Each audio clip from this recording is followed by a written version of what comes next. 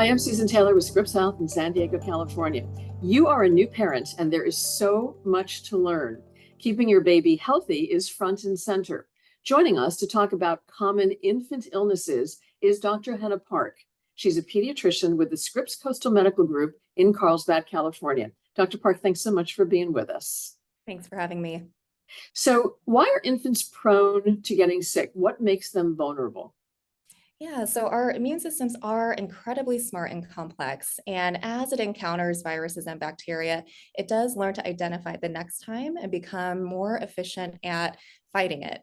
Our infants do have the machinery to do that, but it does take time for it to mature because it needs that learning process.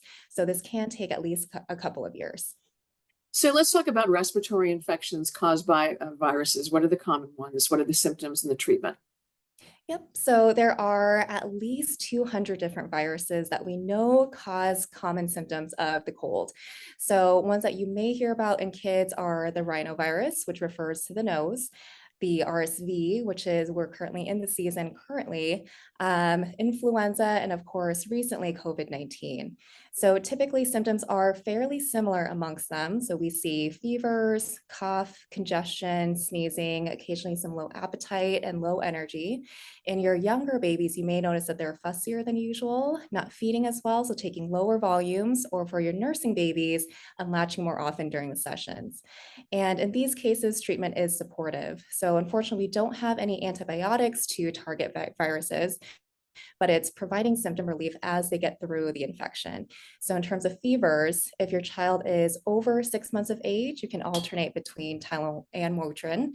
For those under 6 months, just sticking to Tylenol because Motrin can't be processed as well by the kidneys at that age. And we worry about things like kidney damage in the temporary or long term. For cough and congestion, humidifiers help moisten the air, which can help break up mucus, reduce the congestion in the nasal passage. Warm, steamy baths, especially at nighttime, to release that mucus before they go to bed. Nasal saline and suctioning to really help bring out the secretions afterwards. So when you talk about RSV, there is a vaccine for that. Is it okay for somebody under the age of 6 months to get that? There is. So there is one available for under the age of 6 months. So please do speak with your physician about that. And then what about whooping cough? Yep. So whooping cough is also a respiratory illness, but in this case, it is caused by a bacteria called Bordetella pertussis. And it does, like a common cold, cause cough, congestion for the first couple of weeks, but can last much longer, so up to a couple of months. So if you do suspect it or your physician does, there is a test to detect the bacteria. And along with supportive care, it may be recommended that you start antibiotics. And then what about diaper rash? Because you got to change the baby's diaper a lot.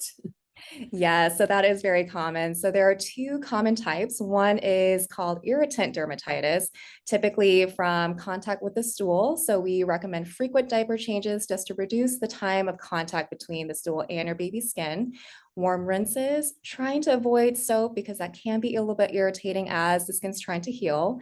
And if you find that the rash is still lasting for over 3 days, especially up to about a week after trying home care, that would be a good time to check in with your pediatrician. So there are some yeast infections that can present similarly and progress over the next couple of weeks. So how do you clean the baby's skin if soap is not the answer? Of course. So we recommend sticking with warm water rinses.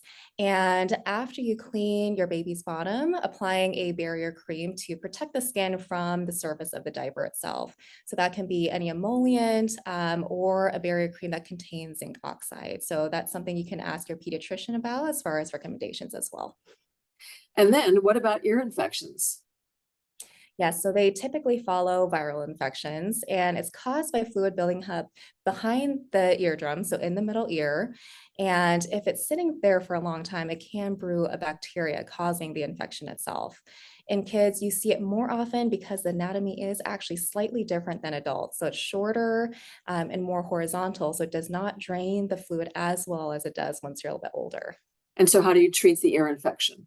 Yes, so I would recommend being seen by a pediatrician who will look at the eardrum to see if there is inflammation or fluid sitting behind your child's ear. And they will also look for other related symptoms such as fevers and ear pain.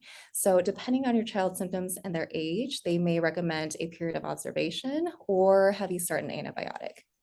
So when should you go see a doctor about these illnesses? What are the big red flags? Yeah, so the big red flags include fevers that are lasting more than 3 days. If your child is younger than 3 months, however, if they are running a fever, even a low grade of 100.4, it's a good idea to be seen by a physician. Ear pain, which can indicate an ear infection, any breathing difficulties, if you notice your baby is flaring their nostrils, trying to get air in, breathing faster than usual, any changes to the color of their skin, so a blue hue, which means that there is not as much oxygen flowing through the body. Those are all reasons to be seen right away.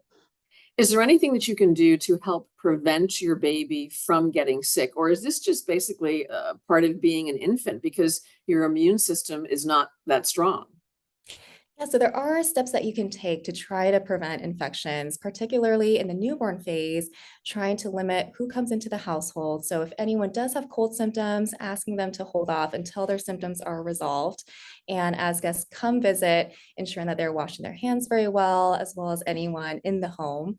And once your child is old enough, getting them vaccinated, as well as us as adults getting our vaccines updated helps provide that herd immunity. For younger ones, breastfeeding, if possible, that also provides a lot of great antibodies for your baby. And then at what age should you start giving your young baby vaccines? Yes, so you can start at 2 months of age for those routine vaccines. Any final thoughts, doctor? I think it can be very hard to decide as a parent if it's a good time to see the doctor. I would say you have very valuable information as a parent because you know your baby so well. If you feel like your baby is not acting themselves, or if you have any questions, please feel free to reach out to us. We are here to work with you to figure that out. Doctor, thanks so much for being with us. We appreciate you taking the time. Of course. Thank you so much for having me. If you want more information about common infant illnesses, just click on the link or go to scripps.org/videos. Want more critical information about your health? Please subscribe to our Scripps Health YouTube channel and follow us on social media at Scripps Health. At Scripps, we're here for good. I'm Susan Taylor. Thanks for joining us.